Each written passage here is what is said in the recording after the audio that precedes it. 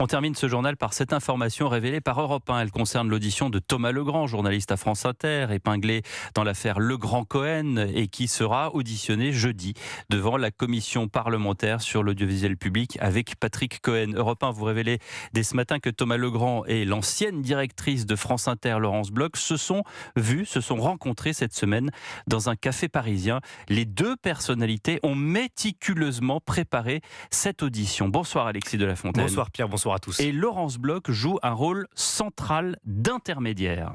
Oui, selon les informations d'Europe 1, Laurence Bloch semble coordonner les prises de parole des deux hommes avant leur audition. Elle donne des conseils à Thomas Legrand. J'ai eu Patrick Cohen au téléphone, laisse-le s'attaquer à l'extrême droite. Toi, n'y va pas, conseille-t-elle. Insiste plutôt sur l'instrumentalisation et surtout, souviens-toi, le plus important, c'est de défendre la maison, insiste l'ancienne directrice de France Inter. Quand arrive sur la table le sujet de la vidéo publiée par le média L'Incorrect, Thomas Legrand se montre fébrile et évoque une vidéo embarrassante pour lui. Première crainte, le moment où il qualifie les auditeurs de France Inter de bobos parisiens qu'il prétend convaincre de voter à gauche. C'est le plus chaud pour moi car je reconnais qu'il existe un entre-soi parisien, assure le journaliste. Deuxième crainte, sa phrase sur Rachida Dati.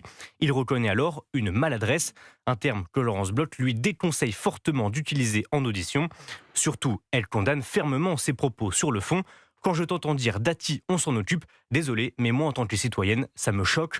Interrogé par Europe 1, Thomas Legrand reconnaît à demi-mot avoir reçu cette critique, contraire à la justification apportée par le journaliste en septembre dernier, disant à l'époque vouloir défendre sa profession.